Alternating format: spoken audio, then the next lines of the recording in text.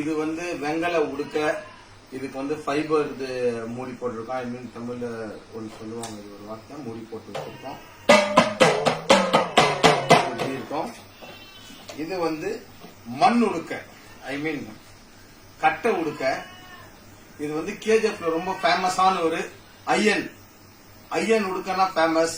அப்படியாப்பட்டவர்கிட்ட இருந்து உடுக்க அவங்களுடைய பேரை எனக்காக யூஸ் பண்ணுங்கன்னு சொல்லிட்டு கொடுத்துருக்காங்க. இதுக்கு புதுசா நாங்க மூடி போட்டிருக்கோம். இது எப்படின்னு பாத்தீங்கன்னா நல்ல ஒரு நாதம் கிடைக்கும்.